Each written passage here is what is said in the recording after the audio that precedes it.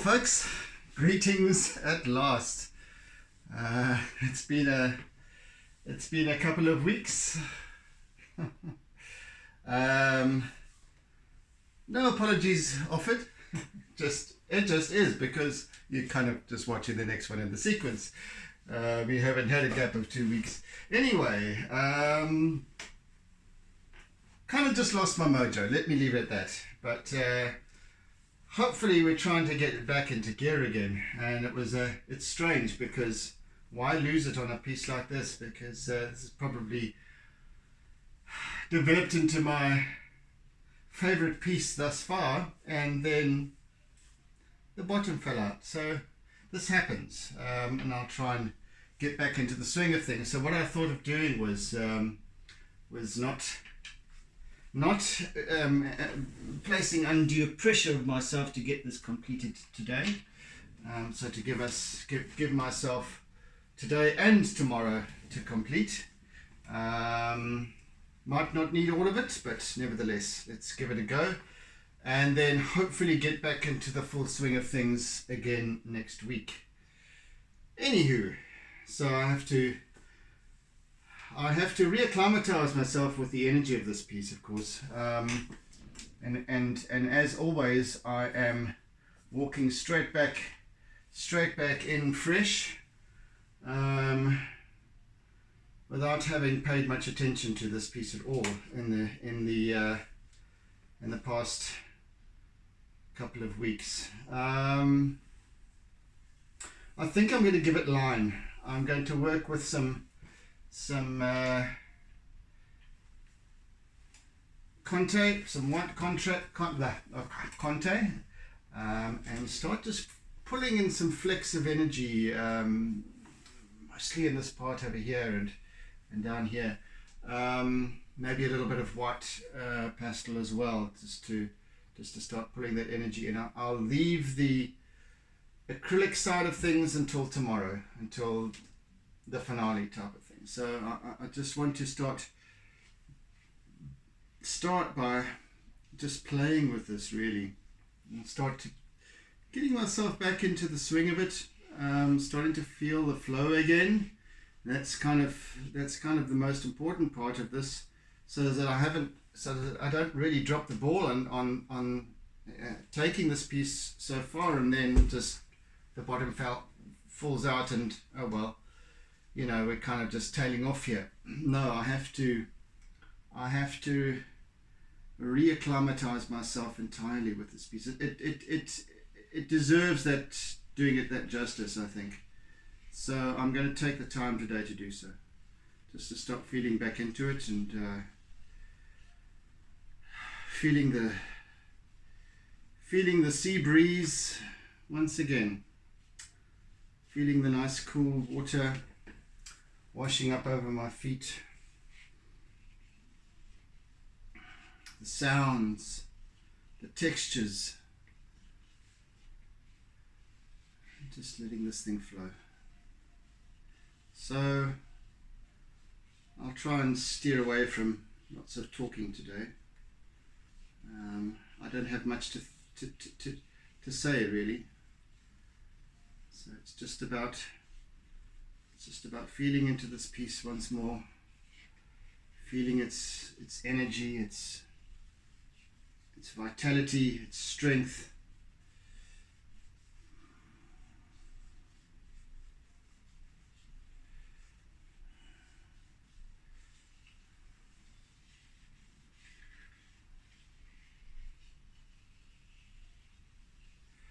And lots of line work, and this is what really pulls these pieces together in the finale, in the final run, so to speak. So these next 2 days are kind of constituting the final run of this piece, and yeah.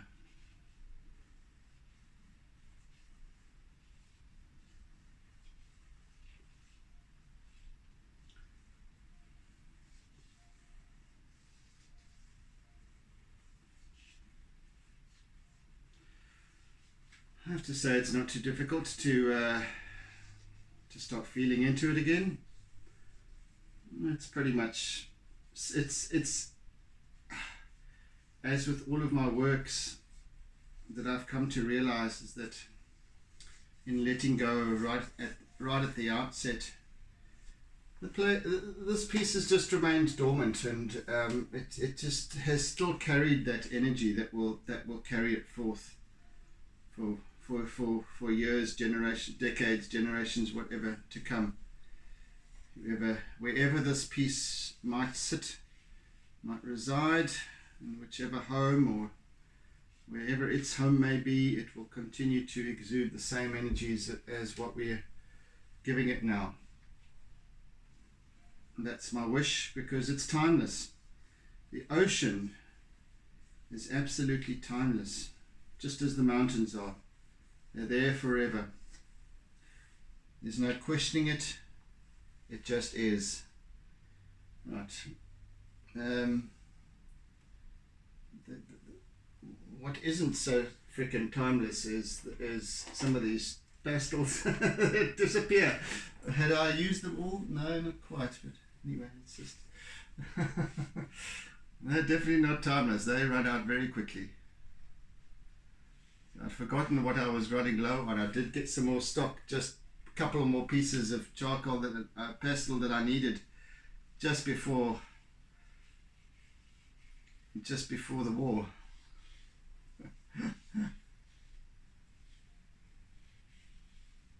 So I'm working slowly on this piece.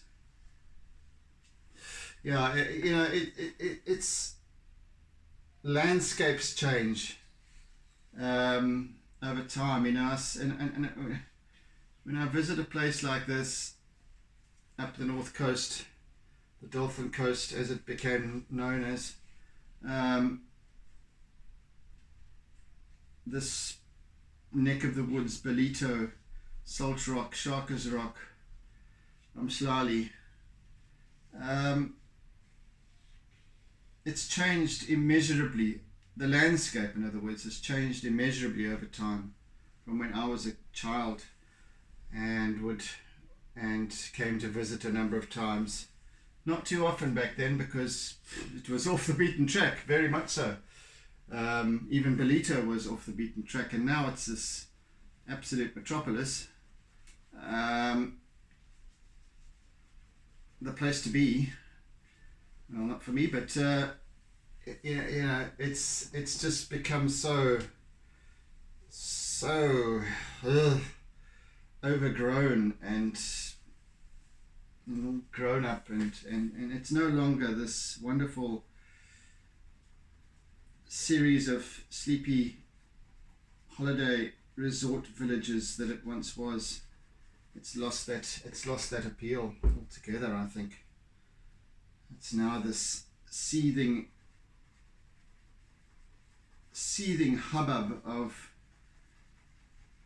residential estates, and anyway. But the sea changes very little.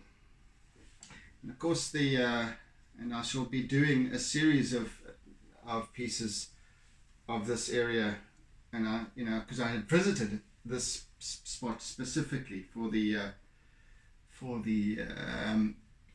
to capture the the tidal pool. It's got a magnificent tidal pool, and even that has changed. Now, I never recall having visited it as a child, unfortunately. It was just back then it was a long way to travel and mission and what have you. There were other beaches and what have you as kids that were much closer. And I think the furthest we ventured was Umhlali from Durban North side. And that was a nice sort of morning's outing to the beach. Ballito and so on was just too much of a stretch further to warrant it. But anyway, it turns out, well, there's lots of tidal pools all the way, stretching all the way up around the coastline of Southern Africa, and they're all unique. And this particular tidal pool I hadn't visited before, and I find it very intriguing in its structure, in how it was built, how it's put together, in fact, and how it's subsequently then broken down over the years. And I never saw it for all these years. So there's aspects to this tidal pool complex, which is actually behind this viewpoint that we're at now. We're looking in the opposite direction. So behind where we are is this series of pools and little walkways and bridges and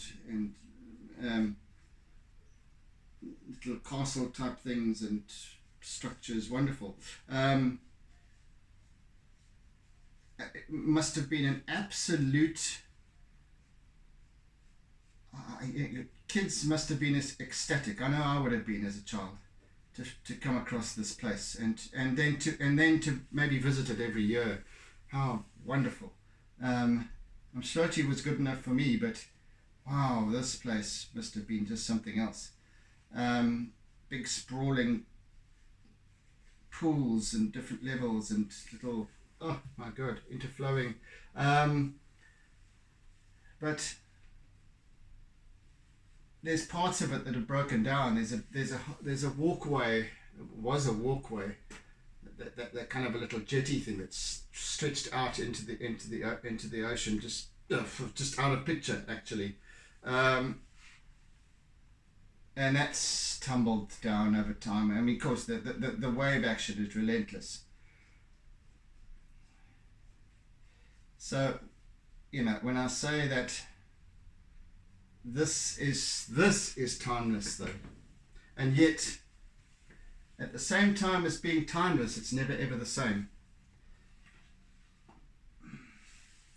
Each scene, this specific capture, it'll never happen again. It never has happened prior to this moment, and so we're capturing a time that will never be replicated, other than kind of just encapsulating its energy in an artwork, which is what I'm trying to do here. So I'm trying to just capture the essence of it for posterity, and for always. So whoever's home it graces, it will hold that memory. And whatever that memory might be, it's not even necessarily the time frame that in which these images were captured. It's whatever it represents to the beholder.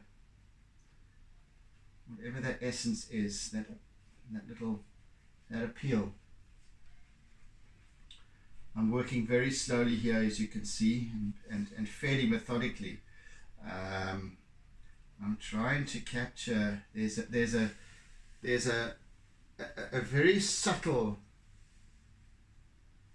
There's a subtlety to the line here with all of this piece, that I need to try to capture, and that takes time. As I've said, I always tend to underestimate the time that the line work takes, and this is where I'm at. So I am working slowly, and that's why I've given it 2 days rather than two sessions rather than one, to do it justice.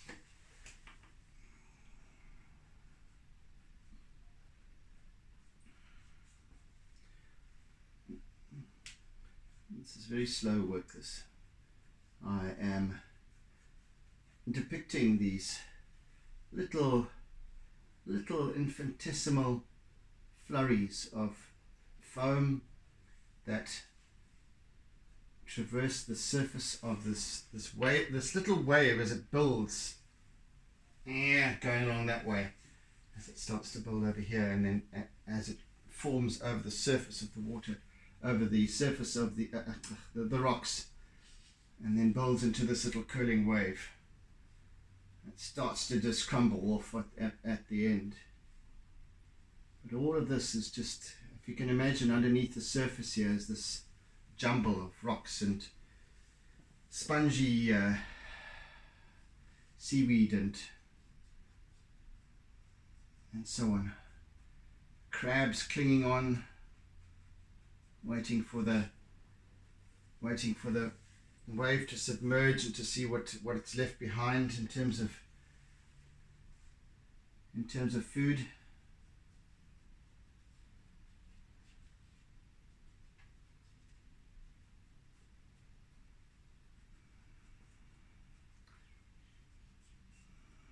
Little fish stranded in little pools. And there's this constant action, constant movement, this play of this dance of water and light.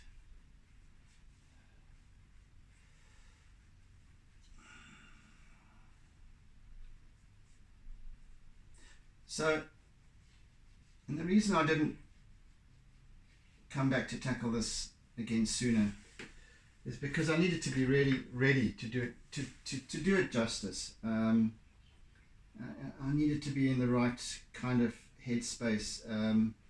Not that I've just lost the plot altogether, not at all. I think it's just one of those, almost like writer's block, or whatever.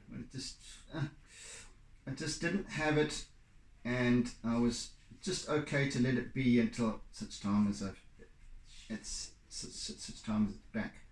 So here we are, we're back.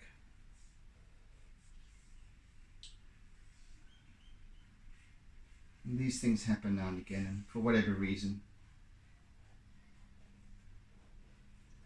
The last time was when all that looting was taking place, and I just, for those 2 weeks, week or 2 weeks it was, and I just didn't have the, oh man, there was such negative drama going on all around. I just didn't have it, and something happened, snapped again this time. I just don't know what it was. Anyway, so I'm not going to cry over spilt milk, because we're still going to end up with hopefully with a lovely piece. And it was perhaps and hopefully worth the wait for you guys as viewers. So yeah, what can I say?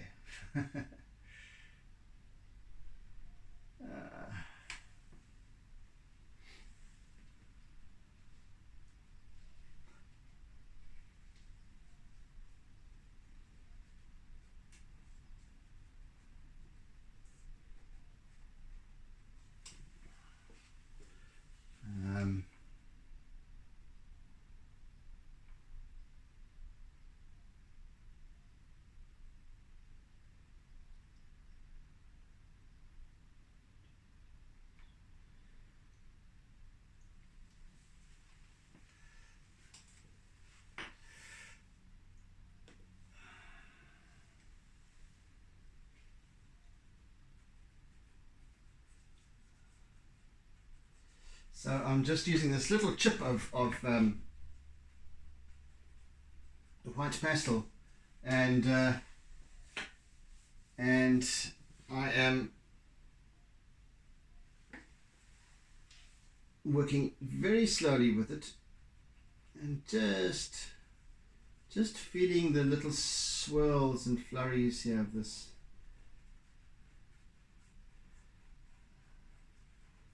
Again, I'm not using these long strokes like I have been. I'm using these very short squiggly strokes because there's this twisting foam, little tendrils and what have you that need to be depicted, that are part of the form of this piece, part of the language study, the choreography, if you will.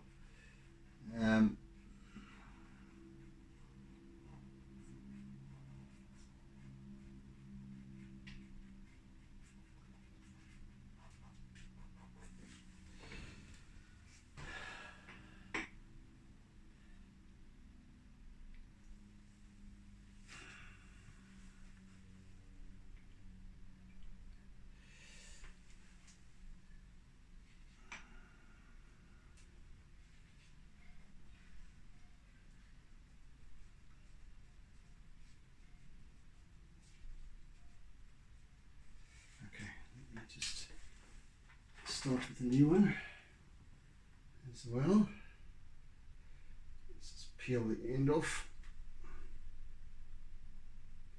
So then this piece has got the plastic wrapper as opposed to the paper wrapper with glue on it. It's got a little bit of glue on the top end, but it's so much nicer to work with, because the paper ones, for some reason, they really they pull at the they attach themselves too much to the actual pastel. I am waffling, yes, I do understand.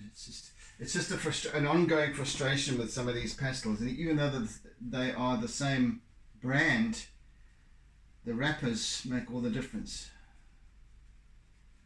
When you have to actually dig into the pastel just to get the glue off, it's horrible. I can't tell you. Anyway, be that as it may. What am I looking for here, Guy? Anyway, right, whatever. Okay.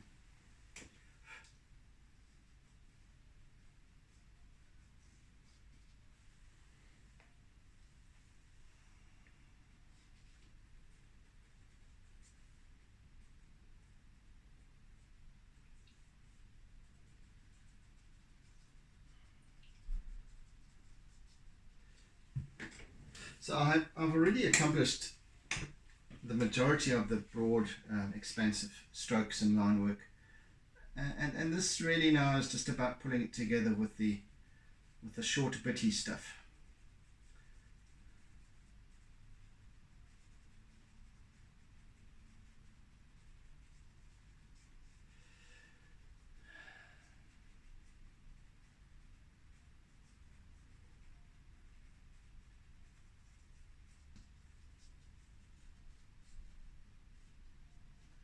These infinitesimal little lines, and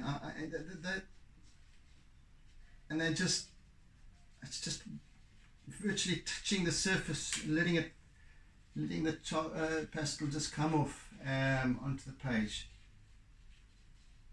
without any seeming design, just stroking it up and down, back and forth, higgledy-piggledy.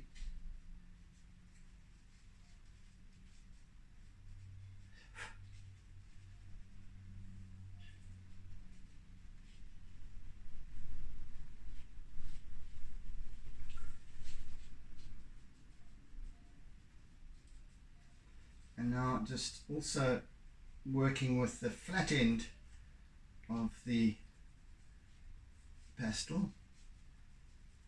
Also some a little bit smudgy lines.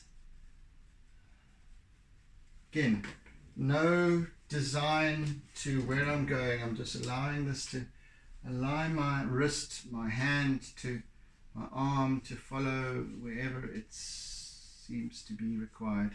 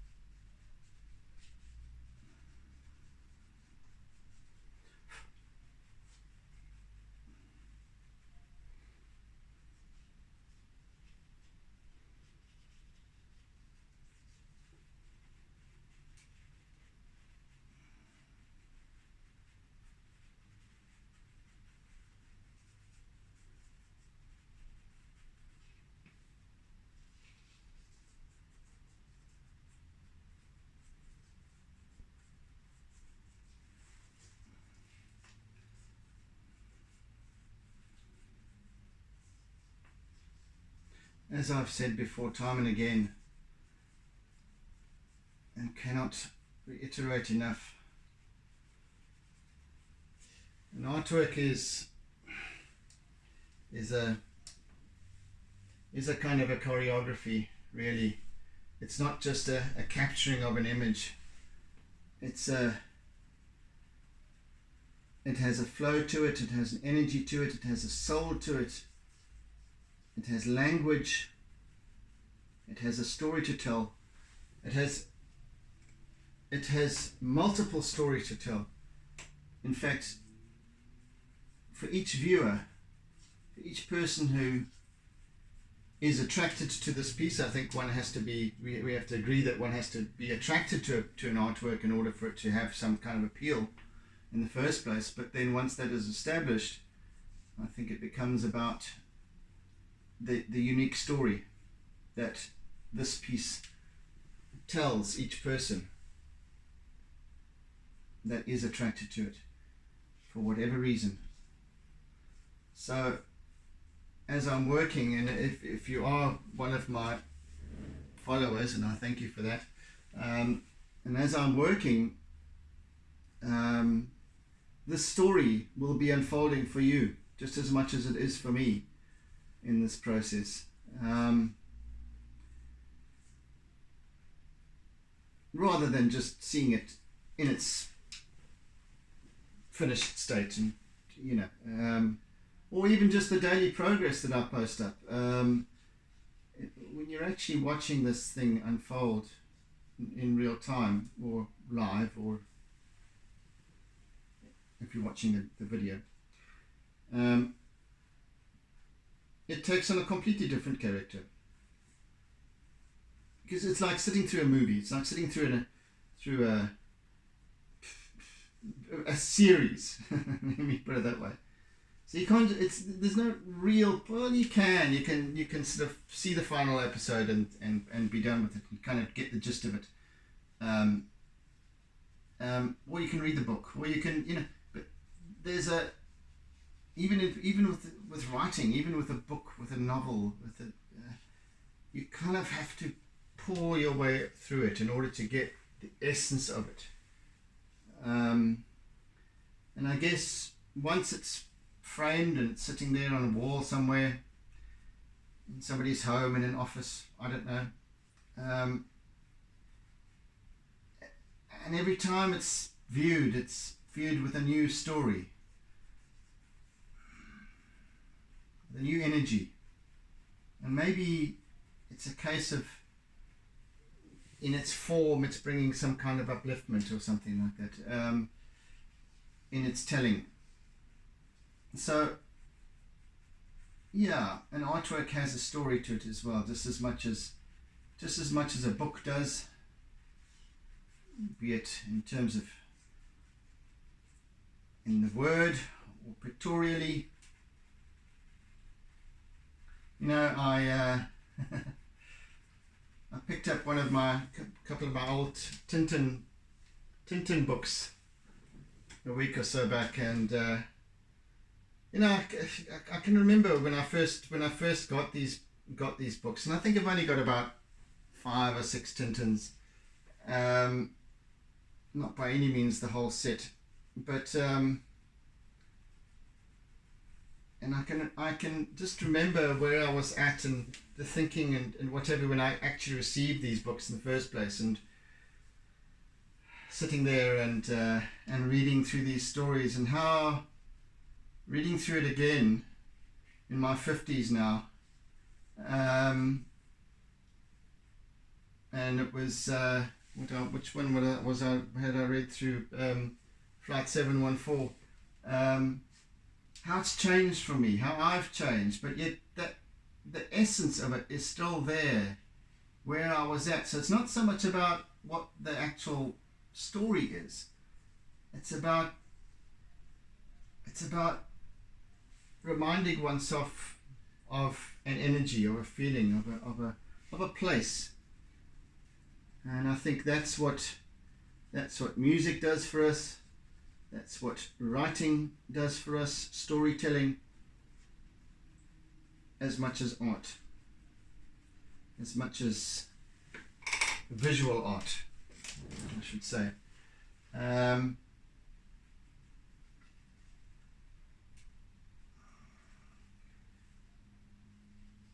There's always a new story. Every time you look at it, there's a new story that's being, or something, an addition to that story that's being told.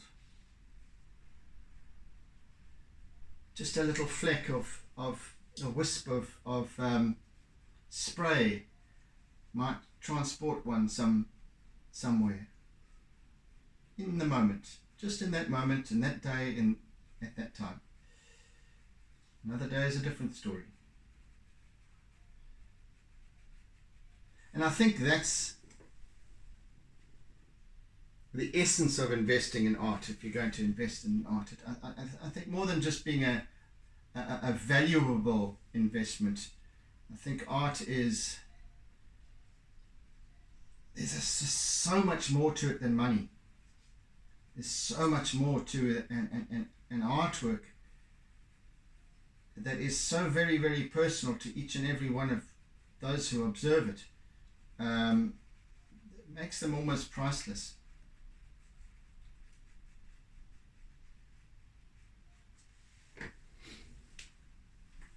It's my 10 cents worth, but but I really do feel, and especially as the artist here, who's sitting here waffling on about stuff, trying to depict an energy and essence of a time and a place. I'm feeling that more and more.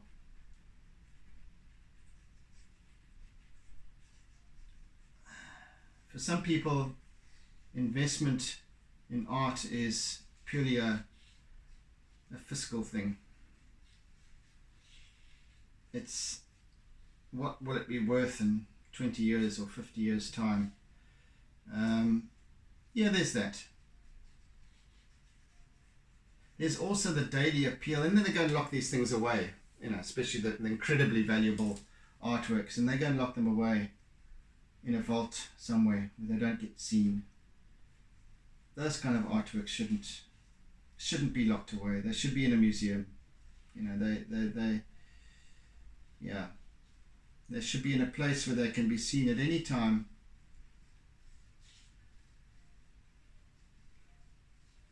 Not locked away to feed someone's ego.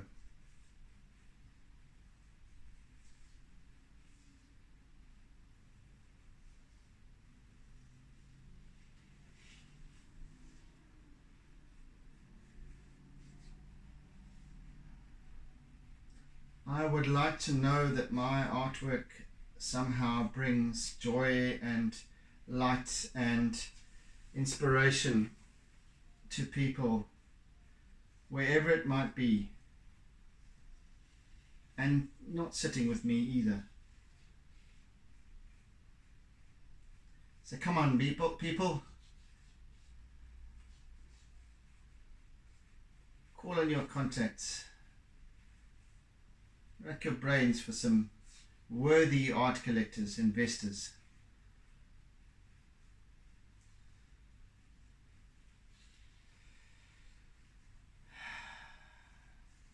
Anyway, I'm going to be doing a series of seascapes and what have you of this particular part of the world.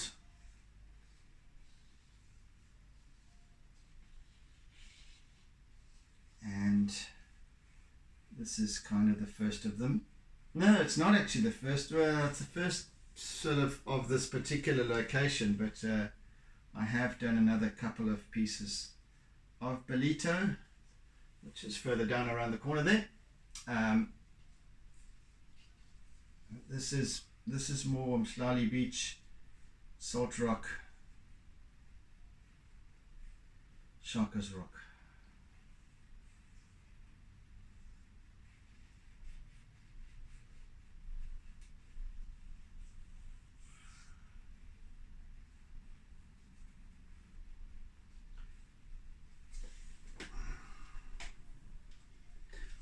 fact working. You know, there's always a reason for these little setbacks. You know, and I'm just sitting here as I'm working away. I'm working differently to what I was, slightly differently, subtly so, from what I was when I was last working on this piece. And I'm realizing that it's needed, that because as I work here, I'm working differently. I'm seeing things differently, slightly more. I'm seeing more detail. I'm seeing more what needs to be pulled through and what needs to be spent time on. So I think that this little break has been to the benefit for this piece, or to this piece's benefit.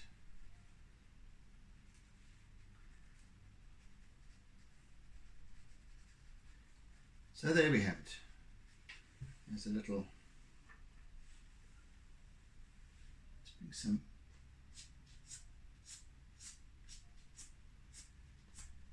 little bit of turquoise here and there.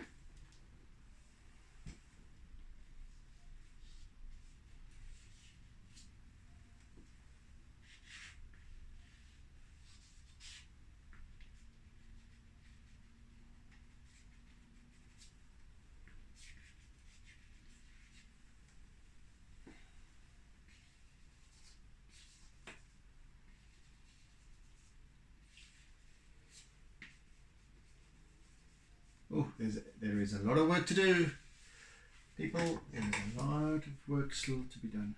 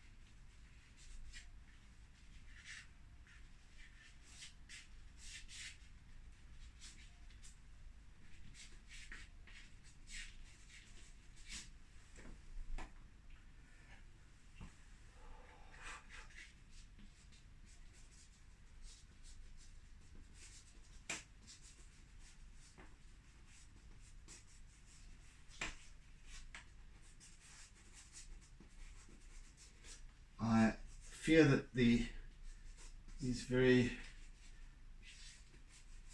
subtleties of color and hue will not pick up very well on the final image, as high res as I try and make it.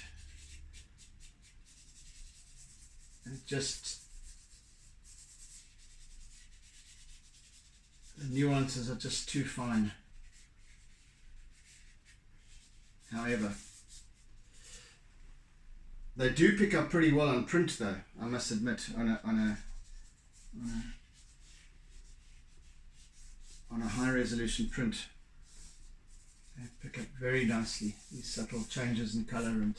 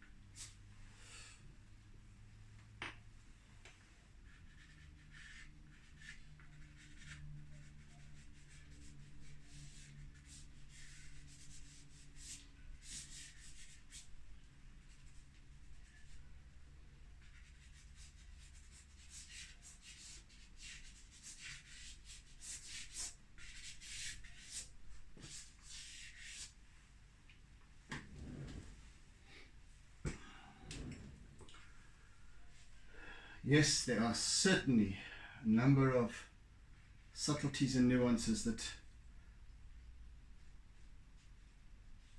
this break has highlighted, and I am grateful for that.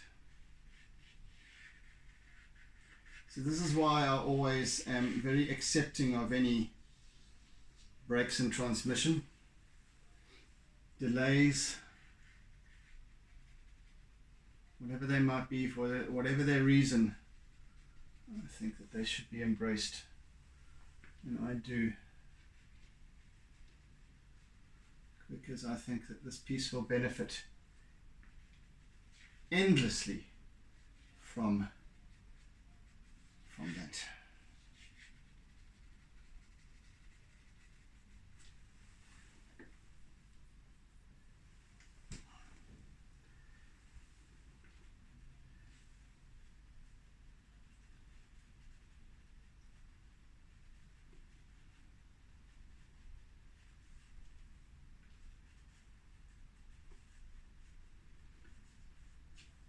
So thank you for bearing with me. These, for those of you who've only recently joined me as subscribers, and I welcome you. These my Artsy lockdown series are really,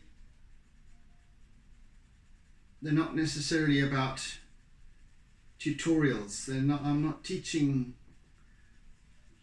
showing you how to draw, to paint, to work with charcoal, or to work with pastel, or anything like that.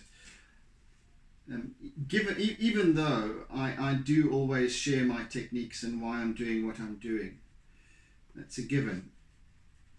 But these sessions are about my journey as an artist. All of my inner thinking, my reasoning, it all comes out here. This is my incubator. This is my workshop. This is my ongoing lecture theatre, lecture hall, where I teach myself. Because we all have that ability to teach ourselves. We all have that innate ability to. We have all the answers that we need. We just need to take the time to allow them to emerge. Just as I believe that I'm doing through these sessions, and they've proved such. They've really proved their worth to me. If I look back to my very first my Artsy lockdown session, which was, when was it? The 29th of March 2020.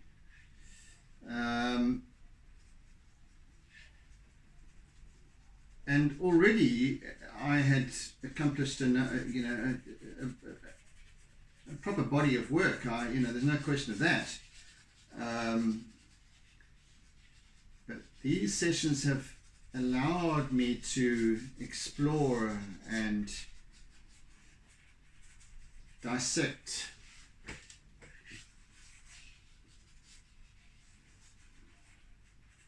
like no other. Because prior to that I was working alone. Pretty much by and large. I wasn't recording any of these sessions. And when you record something, that means you need to it's like you have an audience, and now you need to get other people to understand what you're saying. And so you describe things differently. When you describe things, you manifest them. You give them meaning, you give them essence and form. And that's exactly what these sessions have represented to me. More than anything else. And that's fundamentally the importance of what I'm doing for me. And I am just grateful to be able to share this journey with others. in the hopes that my mental meanderings might trigger something in somebody else that might lead to something else entirely for them.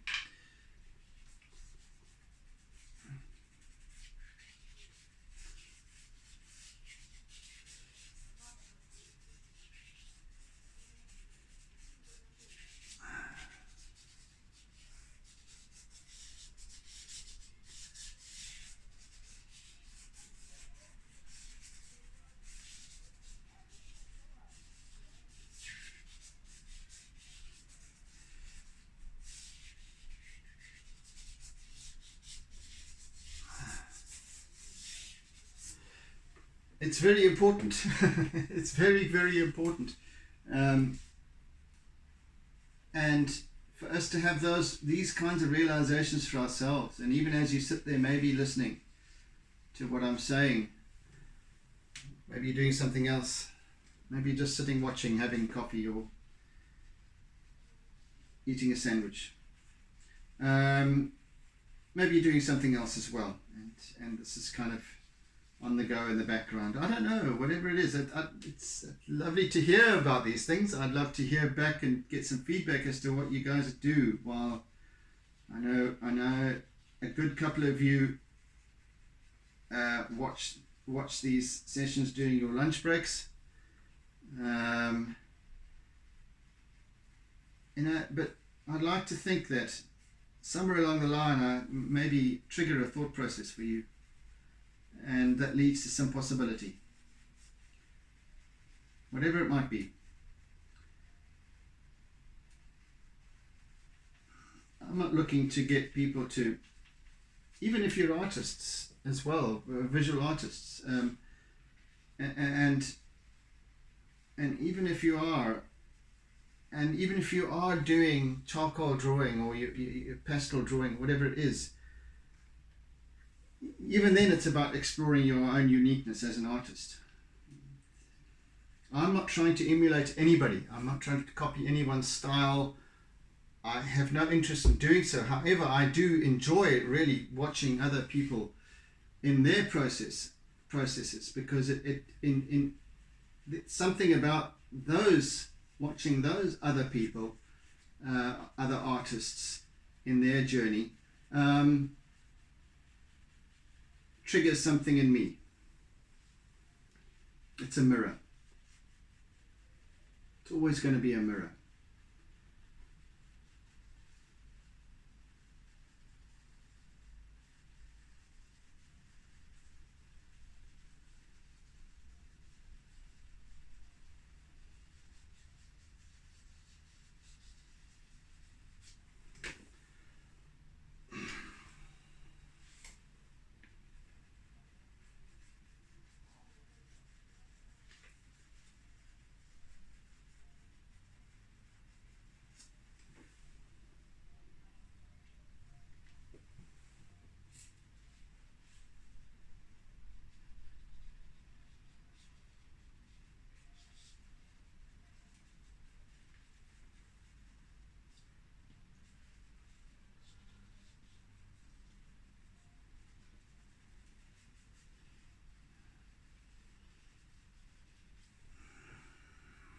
Goodness me, this is going to take up every minute of the next hour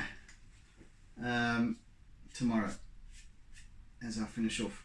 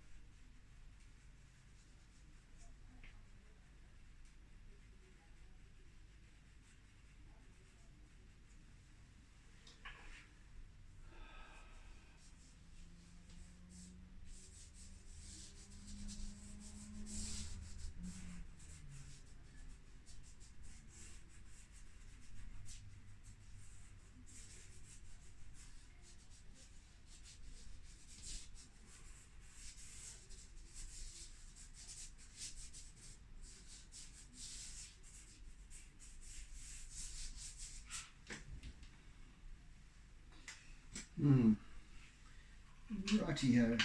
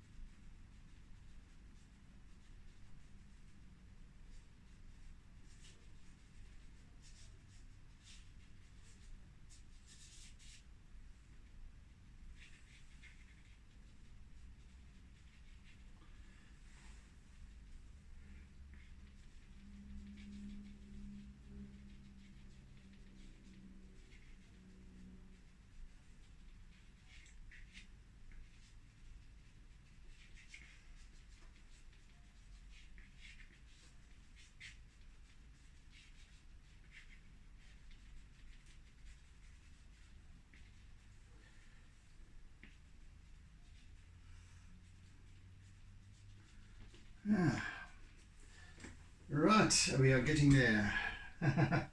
Slowly but very surely.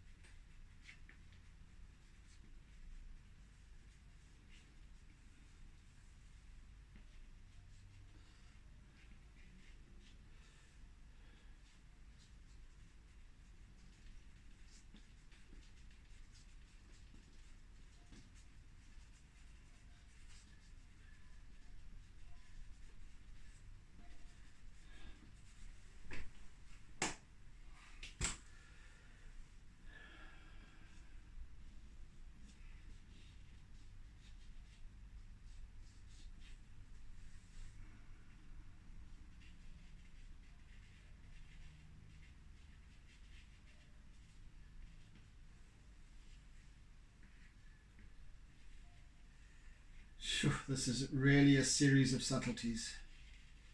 I don't think any other piece has been quite so infinite in its subtlety prior to this one. Well, certainly feels that way. Right, I think it's time to down tools for today. And we have made some progress. So, well, don't know what all the fuss was about. Anyway, we're back. Hopefully here to stay.